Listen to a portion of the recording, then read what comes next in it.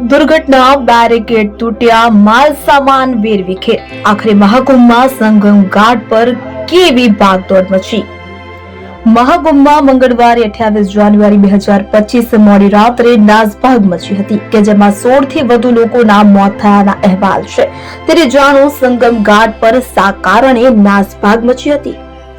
મહાકુંભમાં નાસભાગ બાદ અખાડાઓનું શાહી સ્નાન રદ કરવામાં આવ્યું છે. મુનિ અમાવસ્યા પર તમામ અખાડાઓના ઋષિ મુનિઓ શાહી સ્નાન કરે છે. આ વખતે ભક્તોની સગવડતા માટે અખાડાઓ શાહી સ્નાન માટે વહેલી સવારે 4 વાગે નીકળવાના હતા અને સ્નાન 5 વાગ્યા પહેલા શરૂ થવાનું હતું. અખાડા પરિષદના પ્રમુખ રવિન્દ્ર પુરીએ કહ્યું કે લોકોની ભીડને જોતા સ્નાન રદ કરવામાં આવ્યું છે. મહાકુંભમાં 16 લોકોના મોત નીપજ્યા હોવાના સમાચાર મળી રહ્યા છે. રવિન્દ્ર પુરીએ કહ્યું કે આજે જે નાસભાગ મચી છે તેને જોતા નિર્ણય લેવામાં આવ્યો છે કે અમે આજે સ્નાન નહીં કરીએ.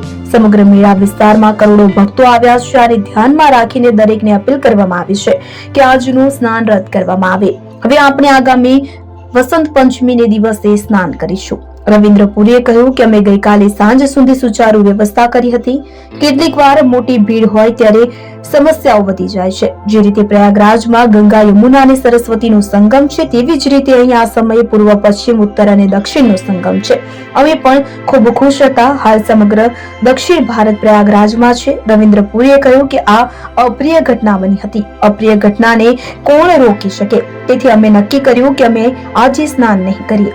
જાણતા અજાણતા મૃત્યુ પામેલા તમામ મૃત આત્માઓને શાંતિ મળે. અમે આ માતા ગંગાને પ્રાર્થના કરીએ છીએ. રવિન્દ્ર પુરીએ કહ્યું કે અમે જ બધાને બોલાવ્યા હતા. આ માટે કોઈને દોષી ઠેરાવવો કે તેને જવાબદાર ઠેરાવવો યોગ્ય નથી. આપણે બધાને સહકાર આપવો પડશે. આપણે સૌના હિતમાં નિર્ણય લેવાનો છે. આ અંતર્ગત અમે શાહી સ્નાન રદ કર્યું છે. તેમણે લોકોને સંગમમાં ન જવાની અપીલ કરી હતી. તમે જ્યાં પણ મૌની અમાવસ્યા પર હોવ ત્યાં સ્નાન કરો.